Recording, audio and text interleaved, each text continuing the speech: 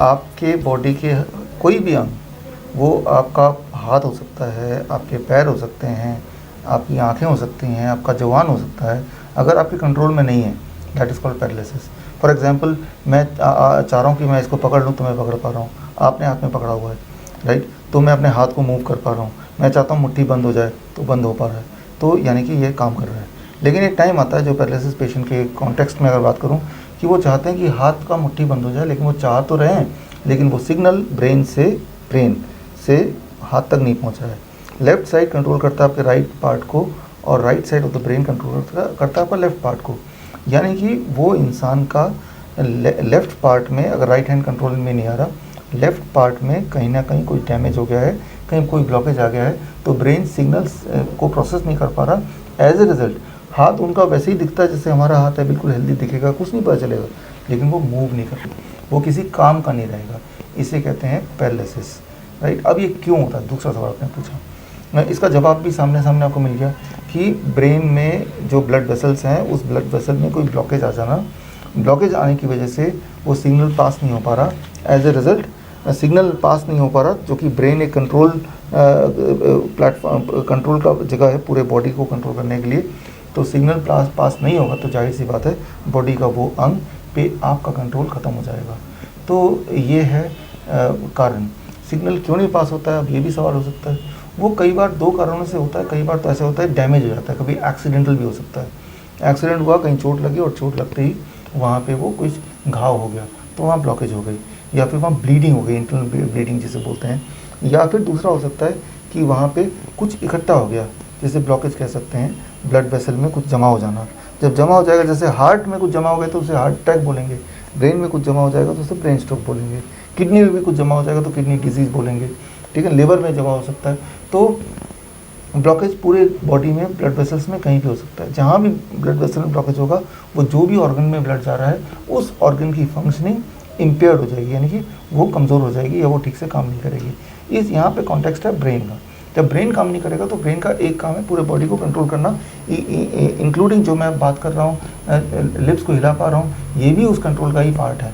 इसलिए वो कर पा रहा हूँ क्योंकि हमारे ब्रेन में या मेरे ब्रेन में या आपके ब्रेन में इस वक्त ऐसा कोई ब्लॉकेज फिलहाल तो नहीं है। तो अब थ्रू ऑल दिस अभी आपको ये पता चल गया है कि पैरालिसिस होता क्या है और होता क्यों है। जैसे मैंने बताया कि जैसे होंठ है, उनका होंठ टेढ़ा दिखेगा, राइट। अभी होंठ लगभग सीधा है, टेढ़ा दिखेगा, ऐसे थोड़ा मुड़ जाता है तो एक तरफ झुका हुआ, चेहरा एक तरफ डूब दिखेगा, झुका हुआ, तो मतलब ये लकवा पहला लक्षण। और उसके बाद का लक्षण वो, क्योंकि अचानक होता है, और जब होता है तो आपके कंट्रोल में नहीं है, राइट। तो अचानक आप जो भी होता है कि कई लोगों के पैर में लकवा होता है, अचानक गिर जाते हैं वो, फिर उन्हें रियलाइज़ होता है, कोई दर्द नहीं होता, कोई पेन नहीं होता, कोई डिस्कम्फर्ट नहीं होता, बस ये रियलाइज़ होता है कि मेरे पैर में जान नहीं है अब। तब वो किसी को बोलता है मेरे हाथ देके मुझे उठाओ, तो मतलब उसको लकवा मार गया है। तो उसमें पता करना आसान है क्योंकि विजुअली ये दिख रहा है आपको, इमीडिएटली वो नोटिस हो गया। लेकिन जब तक नोटिस हो गया तो मानिए डैमेज इज़ डन। प्रिवेंशन का सबसे अच्छा है कि कोई भी चीज़ जो ब्रेन में या बॉडी में क्लॉटिंग पैदा करती है, उस तरह के फूड को आप ना खाएं, और ऐसी चीज़ें जो बॉडी में क्लॉटिंग को हटाती हैं, इस तरह के फूड को ज़्यादा खाएं, राइट। तो जो खाना आपके बॉडी में ब्लॉकेजेस को बढ़ावा देगी वो खाना आप ना खाएं। जैसे कोलेस्ट्रॉल हो गया, तो ऐसे फूड जिसमें कोलेस्ट्रॉल होता है, तो कोलेस्ट्रॉल किस में होता है सिर्फ इतना याद रखिए, वो खाना जो जानवरों से आता है सिर्फ उसी में कोलेस्ट्रॉल होता है। प्लांट में भगवान ने कोलेस्ट्रॉल बनाने की ताकत दी नहीं है, तो प्लांट के अंदर कोलेस्ट्रॉल होता ही नहीं, या प्लांट से जो भी चीज़ आता है, जैसे फलों में नहीं हो सकता, सब्जियों में नहीं हो सकता, नट्स हैं, जैसे कैशू नट है, काजू में कोलेस्ट्रॉल है क्या, अगर कोई बोलता है तो काजू कहाँ से आया है, ये जानवरों से आया कि ये प्लांट से आया? तो प्लांट से आया, तो प्लांट के पास तो शक्ति है नहीं कोलेस्ट्रॉल बनाने की, तो काजू में कोलेस्ट्रॉल नहीं है, यानी कि पेट भर के खाओ आप।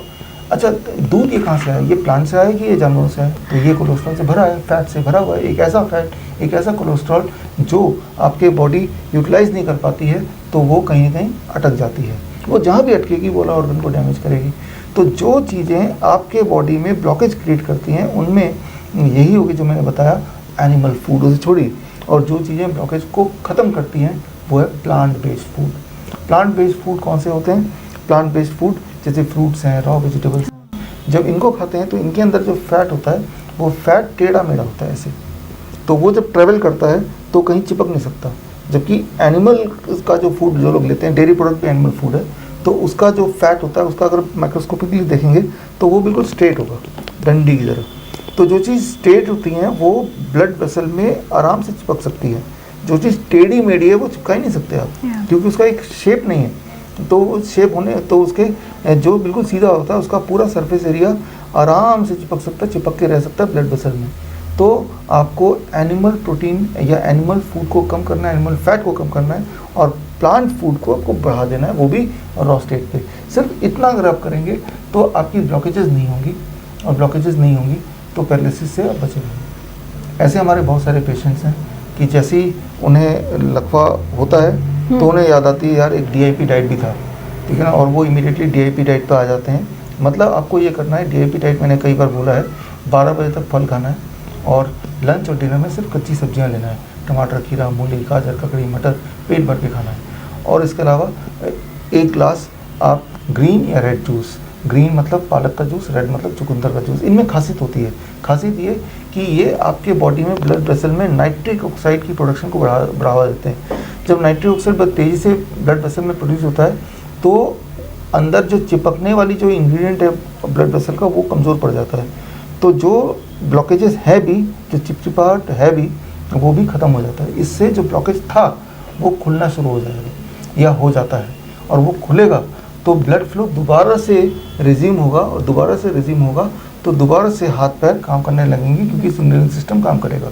तो बहुत ही सिंपल, एक बार फिर से कि 12 बजे तक फल खाना है, लंच और डिनर में सिर्फ कच्ची सब्जी खाना है, इसके अलावा दिन में 1 ग्लास ग्रीन या रेड जूस, वेजिटेबल जूस पीना है। तो अब कोई सोचेगा कि भाई ये सब चीज़ नहीं खाएंगे तो हम जिंदा कैसे रहेंगे। आप ये भी तो सोचिए कि अगर ये खाएंगे नहीं तो आपका जो पैरालिसिस है, जिसके बिना भी वैसे पैरालिसिस होते हुए भी जिंदा रहना मुश्किल है, आप लोगों पे निर्भर है।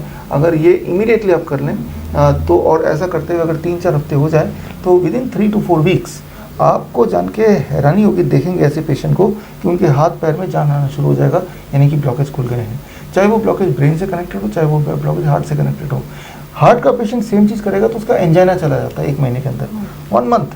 जो एंजाइना है, एंजाइना मतलब जब भी वो चलता है तो पेन है। तो यानी कि जो ब्लॉकेज हम बात कर रहे हैं आज के कॉन्टेक्स्ट में, इस वाले एपिसोड के कॉन्टेक्स्ट में, ब्रेन के कॉन्टेक्स्ट में, वही वाला ब्लॉकेज हार्ट में है तो उसे पेन एंजाइना बोल देंगे। ब्रेन में है and it can cause stroke, तो उसे फिर लकवा एज ए रिजल्ट बोल देंगे।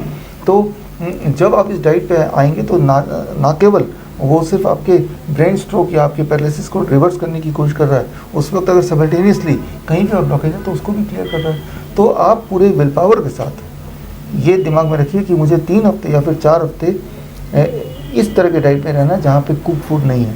और जब अपने आप को याद दिलाएंगे कि इसका नतीजा ये कि वो हाथ पैर जो अदरवाइज जीवन भर आप यूज़ नहीं कर पाते, वो भी धीरे धीरे ठीक होने लगेगा। जब ये सोच दिमाग में रखेंगे और जब कुछ दिनों में आपको इम्प्रूवमेंट दिखाई देगी, थोड़ी थोड़ी मूवमेंट दिखाई देगी, तो आपका कॉन्फिडेंस बढ़ेगा और फिर आप इसको पूरी तरह से पूरे शिद्दत के साथ कर पाएंगे। तो ये बड़ा ही सिंपल तरीका है और घर में ही हो सकता है। ऐसे कीजिए, हमारे बहुत सारे पेशेंट ने किया है। और अगर आप उनके टेस्टिमोनियल देखना चाहते हैं कि भाई आप यकीन नहीं हो रहा मान लो किसी को, तो आप हमारे वेबसाइट में जाके देख सकते हैं और उसमें आपको मिल जाएगा। हमारी किताब पढ़ सकते हैं, 1 question that can save your life, तो उसमें भी आपको मिल जाएगा ऐसे बहुत सारे वीडियो टेस्टिमोनियल्स।